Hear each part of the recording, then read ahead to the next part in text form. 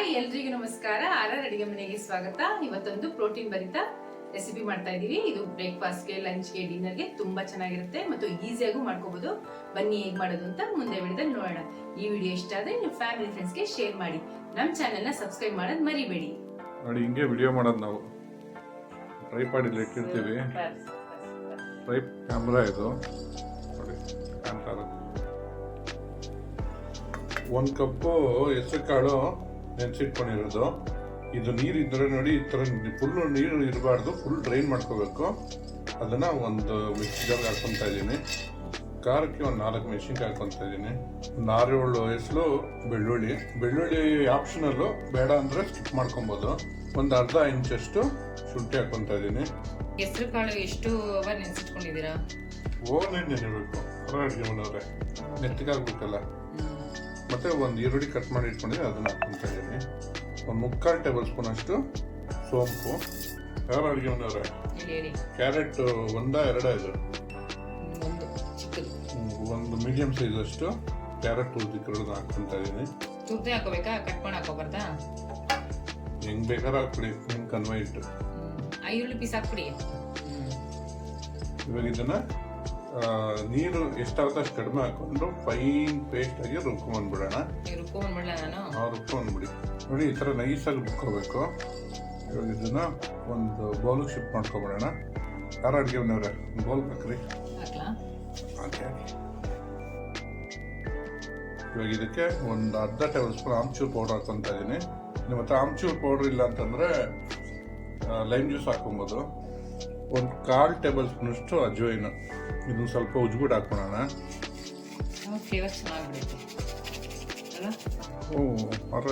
ನಿಮ್ಗೆ ಚೆನ್ನಾಗಿ ಗೊತ್ತಲ್ಲ. ಒಂದು ಪಿಂಚು ಅರ್ಶಿನ, ಒಂದು 3/4 ಟೇಬಲ್ ಸ್ಪೂನಷ್ಟು ಚಾಟ್ ಮಸಾಲ ಹಾಕೊತಾ ಇದ್ದೀನಿ. ಚಾಟ್ ಮಸಾಲ ಫ್ಲೇವರ್ಗಾ? ನೀವು ತಿಂತಾ ಇದ್ರೆ ಟೇಸ್ಟು. ಒಂದು ಈರುಳ್ಳಿ ಸಣ್ಣ ಕಟ್ ಮಾಡಿ ಇಟ್ಕೊಂಡಿದ್ದೀನಿ, ಅದನ್ನು ಹಾಕ್ಕೊತಾ ಇದ್ದೀನಿ. ಸಣ್ಣ ಕಟ್ ಮಾಡಿ ಇಟ್ಕೊಂಡಿರೋ ಕೊತ್ತಂಬರಿ, ಕಟ್ ಮಾಡಿ ಇಟ್ಕೊಂಡಿರೋ ಕರಿಬೇವು, ಒಂದು ಅರ್ಧ ಟೇಬಲ್ ಸ್ಪೂನಷ್ಟು ಉಪ್ಪು. ಖಾರ ಅಡಿಕೊಂಡಿವ್ರೆ ಮಿಕ್ಸ್ ಮಾಡಿ ಕಚ್ಚಿಟ್ಟಿದ್ದಲ್ಲ, ಬನ್ನಿ ಮಿಕ್ಸ್ ಮಾಡಿ. ಚೆನ್ನಾಗಿ ಮಿಕ್ಸ್ ಮಾಡಿ. ನೋಡಿ, ಮಿಕ್ಸ್ ಆಯ್ತು. ಮಿಕ್ಸ್ ಆಯ್ತಾ? ಮಿಕ್ಸ್ ಮಾಡ್ತಾರೆ. ಇದಕ್ಕೆ ಒಂದು ಕಪ್ ಅಷ್ಟು ಗೋಧಿ ಹಿಟ್ಟು ಹಾಕ್ಕೊತಾ ಇದ್ದೀನಿ. ಕಲ್ಸಿ ಯಾರು ಅಡ್ಕೊಂಡಿದ್ದಾರೆ? ಹಾಕಿ. ಸಾಲ್ತಲ್ವಾ? ನೋಡಿ, ತೆಳುಗಿದಲ್ವಾ? ನೋಡ್ಕೊಂಡು ಹಿಟ್ಟು ಹಾಕೊಬೇಕು. ಗಟ್ಟಿ ಆಗ್ಬೇಕು. ಹೌದು. ಚಪಾತಿ ಹಿಟ್ಟು ಅದೇವರೆಗೂ ನೋಡ್ಕೊಂಡು ಹಾಕೊಂಡು ಕಲ್ಸ್ಕೋಬೇಕು ಅಲ್ವಾ? ಕಲ್ಸ್ರಿ, ನಾನು ಹೇಳ್ತೀನಿ ಯಾವತ್ತಿಗೆ ಬರ್ಬೇಕು. ಹಾಕಿ ಇನ್ನೂ ಸ್ವಲ್ಪ ತೆಳು ಇದೆ. ನೋಡಿ, ಈಗ ಅದಕ್ಕೆ ಕಲ್ಸ್ಕೊಬೇಕು. ಇವಾಗ ಇದನ್ನ ಒಂದು 10 ನಿಮಿಷ ರೆಸ್ಟ್ ಬಿಟ್ಬಿಡೋಣ. ಚಪಾತಿ ಒಂದು 10 ನಿಮಿಷ ರೆಸ್ಟ್ ಆಗಿ ಹರಿಸ್ಕೊಳ್ಳೋಣ ಅಂತೀರ? ಇದು ಖಾರ ಅಡುಗೆ ಮನೆಯವ್ರೆ, 10 ನಿಮಿಷ ರೆಸ್ಟ್ ಆಗಿದೆ. ಇವಾಗ ಇದನ್ನ ಏನ್ ಮಾಡೋಣ? ಉಂಡೆಗಳು ಮಾಡ್ಕೊಳ್ಳೋಣ. ಮಾಡಿ ಮತ್ತೆ ಮಾಡಿ.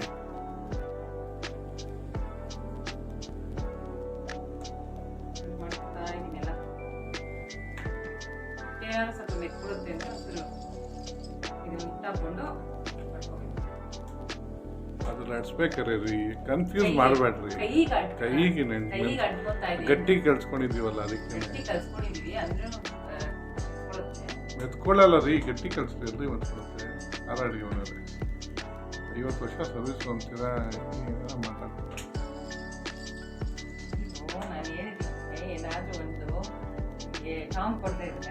ಸಾಂಗ್ ಕೊಡೋದಲ್ಲ ರೀ, ಅಲ್ಲಿ ನೋಡ್ತೀವಿ.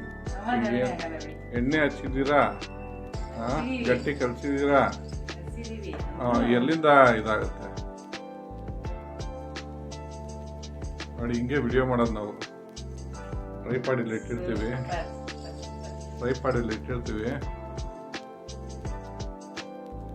ಕ್ಯಾಮ್ರಾ ಇದು ನೋಡಿ, ಕಾಣ್ತಾ ಇರೋದು.